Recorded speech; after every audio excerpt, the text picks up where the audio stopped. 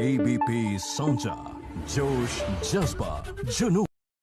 कि जितना यहाँ का रिक्वायरमेंट है और जो पहले आपूर्ति होती थी उस हिसाब से या तो जो एनटीपीसी से मिलता था या फिर अनेक प्राइवेट कंपनियों से लेते थे, तो इन सब लोगों से जितनी आपूर्ति का प्रावधान था वो आपूर्ति नहीं हो पा रही थी। इसके चलते समस्या आई।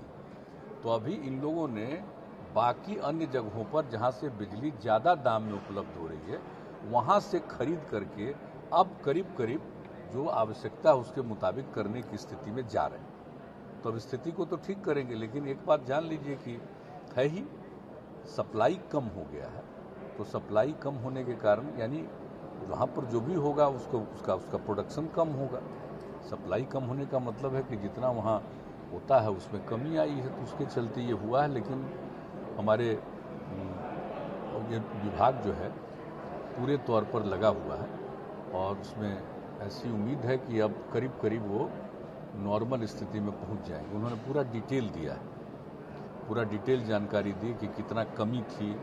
अब इसके बाद और जो अन्य जगहों से लिया है ज़्यादा दाम से खरीद रहे हैं, अब कितना करीब करीब 90 करोड़ का अब दिया है। देखें अभी जितना ले रहे हैं, हाँ, अब 5 दिनों में विद्युत एक्सचेंज से लगभग 570 लाख यूनिट बिजली की खरीद की गई है, जिसकी कुल लागत लगभग 90 करोड़ रुपया।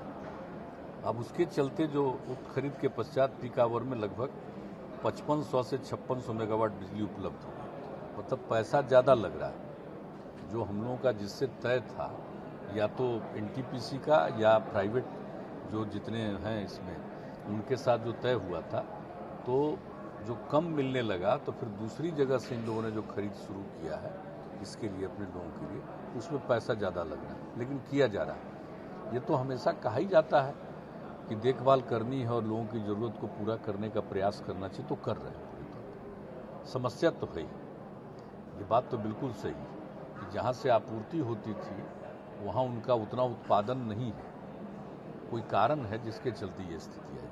तो कोई और ऐसी बात नहीं है कि कोई बिहार की स्थिति, ये सब जगह की स्थिति। एबीपी सांचा जोश जज्बा जुनून।